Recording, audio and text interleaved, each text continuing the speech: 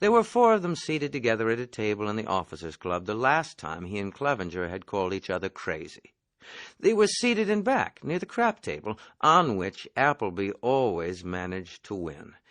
Appleby was as good at shooting crap as he was at playing ping-pong. And he was as good at playing ping-pong as he was at everything else. Everything Appleby did, he did well. Appleby was a fair-haired boy from Iowa who believed in God, motherhood, and the American way of life, without ever thinking about any of them.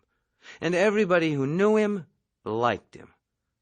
"I hate that son of a bitch," Yossarian growled.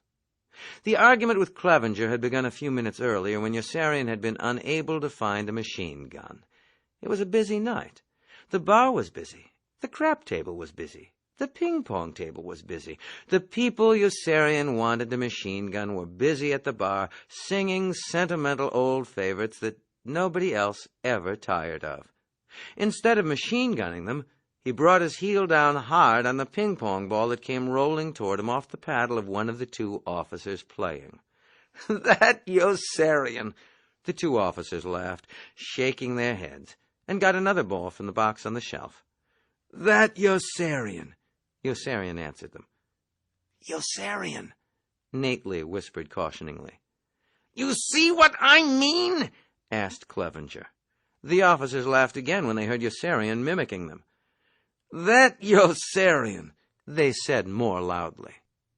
"That Yossarian," Yossarian echoed. "Yossarian, please," Nately pleaded. "You see what I mean?" asked Clevenger. "He has antisocial aggressions." "Oh, shut up," Dunbar told Clevenger. Dunbar liked Clevenger because Clevenger annoyed him and made the time go slow. "Appleby isn't even here," Clevenger pointed out triumphantly to Yossarian. "Who said anything about Appleby?" Yossarian wanted to know. "Colonel Cathcart isn't here either." "Who said anything about Colonel Cathcart?" "What son of a bitch do you hate, then?" "What son of a bitch is here?" "I'm not going to argue with you," Clevenger decided. "You don't know who you hate." "Whoever's trying to poison me," Yossarian told him. "Nobody's trying to poison you." "They poisoned my food twice, didn't they? Didn't they put poison in my food during Ferrara and during the great big siege of Bologna?" "They put poison in everybody's food," Clevenger explained. "And what difference does that make?" "And it wasn't even poison," Clevenger cried heatedly, growing more emphatic as he grew more confused.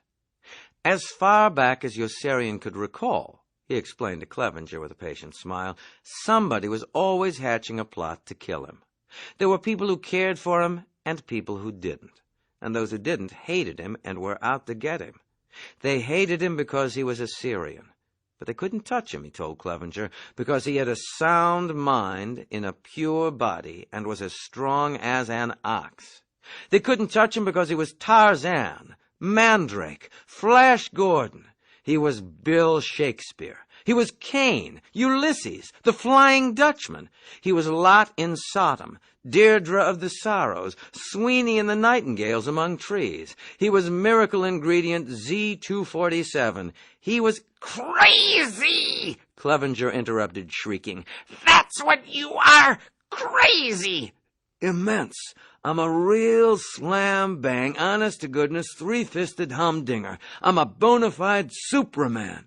"Superman?" Clevenger cried. "Superman!" "Supraman," Yossarian corrected. "Hey, fellas, cut it out," Nately begged with embarrassment. "Everybody's looking at us." "You're crazy!" Clevenger shouted vehemently, his eyes filling with tears. "You've got a Jehovah complex." "I think everyone is Nathaniel." Clevenger arrested himself in mid-declamation suspiciously. "Who's Nathaniel?" "Nathaniel who?" inquired Yossarian innocently. Clevenger skirted the trap neatly. "You think everybody is Jehovah. You're no better than Raskolnikov." "Who?" "Yes, Raskolnikov. Who?" "Raskolnikov. Who?